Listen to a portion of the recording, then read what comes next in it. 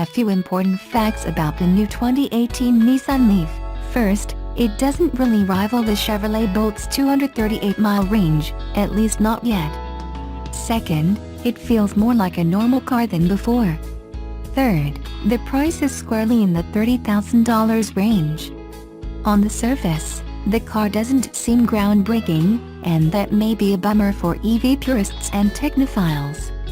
However, for the average car owner who just wants an affordable electric, it's just right. Could they top the Bolt's 238-mile range?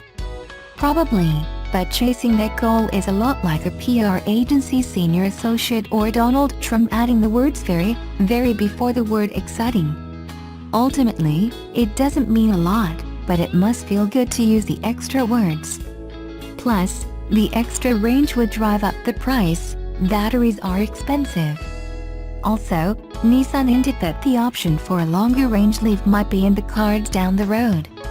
My guess is it will be similar to the choices European EV buyers have when purchasing a Renault Zoe, but in a more streamlined system. If you've never heard of the Renault Zoe, check out why Americans should care about the Renault Zoe. The bottom line is that European shoppers have many options when it comes to purchasing, financing and charging the all-electric Zoe. American shoppers will likely get a few more choices too. The big news with the 2018 Nissan Leaf is the improved range. EV buyers know range has become a hot topic, since it basically tells you how far you can go on a single charge. Many EV owners never use their car's full range, but a longer range is easier to live with psychologically. Brian Moragno, Nissan's Director of Electric Vehicle Marketing in the US, said the new Leaf now has more flexible charging options. For example, the 2018 version gets a 6.6 kilowatt charging system that makes the most out of 240-volt charging, taking the battery from zero to a full charge in less than 8 hours. In the new Leaf, Nissan says it has a 150-mile real-world driving range.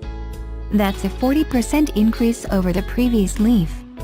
The 2018 Nissan Leaf also has quicker acceleration and more charging options, as well as a lower price. When you compare the various trim levels of the new Leaf to the old, the prices are actually lower. The most dramatic is the mid-grade Leaf SV, which sees a roughly $1,700 price drop but now has the added benefit of smartphone connectivity and adaptive cruise control. Essentially, Nissan has improved the range while lowering the price. Sometimes good products are their own marketing, you don't even need the extra very or a corny PR agency.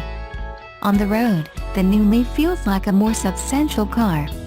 The handling is more engaging, acceleration is noticeably quicker, and it's quieter inside. Plus, you can get leather, a power passenger seat, Apple CarPlay and Android Auto, adaptive cruise control and a host of accident avoidance and lane departure and correction features. It makes the Leaf feel like a more premium car than almost every other EV, including the Bolt and Ford Focus EV. One big win. The Nissan's Leaf's front seats are more comfortable than the Bolt's. On the in-car, driver-focused tech front, the Bolt seems to outshine the Leaf with more gadgety features displayed on a larger screen. The BMW i3 is more stylish than the Leaf but also much more expensive and less useful, since it's using clamshell rear doors versus the more traditional sedan setup found on the Leaf. So if you add it all up, the Leaf has a longer, but not record-breaking, range, a lower price and improved charging options, and it now looks and feels more like a normal car. That's how you sell electric cars. When the 2018 Nissan Leaf electric car arrives at dealerships early next year, it will offer fresh styling inside and out, more power, a 150-mile range, and an array of standard or optional active safety features. It will come in Nissan's standard 3 trim levels: base S, mid-level SV, and top-of-the-line SL with option packages at each level. Somewhat confusingly, though, the 2018 Leaf will offer 3 different types of cruise control, depending on trim level and options. We thought we'd go through them here to help early shoppers sort through the choices as they assess the new Leaf against other electric cars. All versions of Nissan's 2018 electric car, even the most basic Leaf S priced at $30,875 including delivery, before incentives, will have some kind of cruise control. The base Leaf S has standard cruise control, the driver sets the speed, and the car stays at that speed. This is cruise control as most drivers have known it for 20 years, with the driver responsible for avoiding cars ahead. It's not necessarily a standard feature on every compact to mid-size hatchback, but it can reduce energy use at highway speeds by making continuous and minimal adjustments to power demand that are much finer than a driver's right foot can achieve. Moving past the base trim level, the middle Leaf SB and the top Leaf SL both step up to adaptive cruise control. Nissan calls it intelligent cruise control. Regardless of name, it uses forward-facing sensors and control logic to keep the Leaf a safe distance from the car ahead. While the driver no longer has to accelerate, he or she does still have to steer. That brings us to the third option for cruise control, part of the tech package offered only on the Leaf SB and Leaf SL. It's called ProPilot Assist, and it blends the adaptive cruise control of the SV and SL models with active lane control, which goes beyond traditional lane departure correction systems by keeping the car centered in its lane. That means the car is accelerating, braking, and steering itself as long as the driver's hands remain on the steering wheel except for very short periods. This is what's defined as Level 2 autonomy, the second of 5 levels defined for self-driving cars. It's similar to functions built into the Tesla Autopilot system, Cadillac's Super Cruise that will also launch this year, and features from other automakers to make highway driving easier. ProPilot Assist will roll out through many Nissan vehicles over the coming years, but it arrives first on the electric Leaf.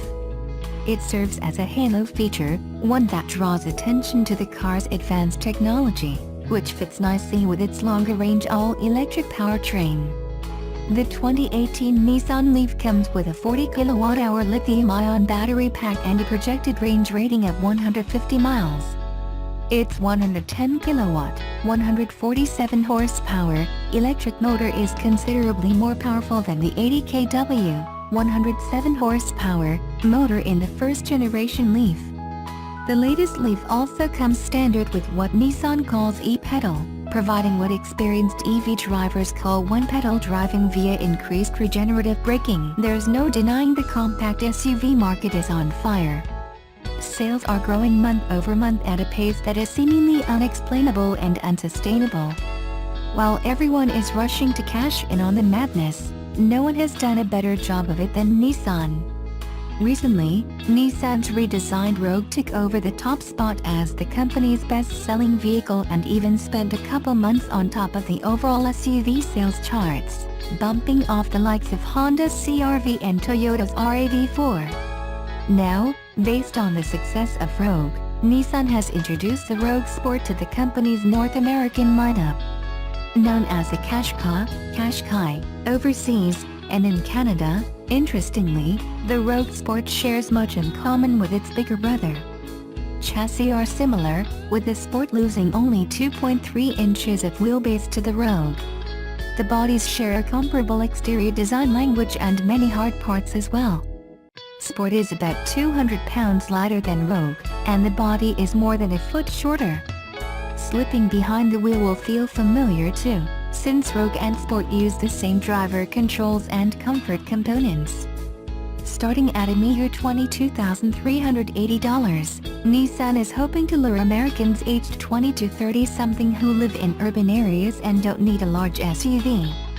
After spending a few hours behind the wheel circumnavigating the greater Nashville area, we came to a stark conclusion: the Sport part of its name is awfully misleading. Sure, it's smaller than Rogue, but when it comes right down to it, this compact coupe drives an awful lot like its big brother, which is rather unsporty. The only engine option is a 2.0L 4-cylinder that churns out a pedestrian 141 horsepower. While this is plenty for around town, highway merging and passing put the mill's shortcomings on full display. Also intriguing is the Sport's fuel economy rating. which comes in at 1 to 2 mpg worse than Rogue, despite its smaller stature and downsized engine. Marketing to millennials isn't anything new or unique to Nissan. But with this approach taken, it left us a bit bewildered at the lack of infotainment technology. Sport is missing things that this age range has come to expect, such as Apple CarPlay and Android Auto. Need to charge more than one USB device? Get ready for the impending fight for the one yes, one port. If Nissan were serious about drawing in the youngsters, there would be one at each seat. Fortunately, this is where our gripes end. Much like the Rogue Sport handles exceptionally well both around town and on the highway and is immensely comfortable. The quality of materials used on the interior is impressive and the switchgear feels like that from a proclaimed luxury brand. If you're looking for safety features, this Sport has those available as well. Forward collision warning, automatic emergency braking, lane departure warning, and adaptive cruise control are all available as part of Nissan's Safety Shield technology. And while the engine's output might leave a bit to be desired, the Rogue Sport comes with active trace control, active engine braking, and active ride control, all systems designed to enhance performance and ride comfort. Though our time was brief and not quite enough to fully fall in love when we handed the keys back, there was certainly the musk of lust in the air. The Rogue Sport is all of the things we love about the Rogue, in a more compact package.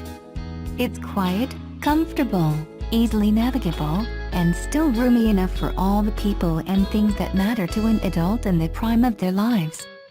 We have no doubts that the little Rogue is going to be a big hit.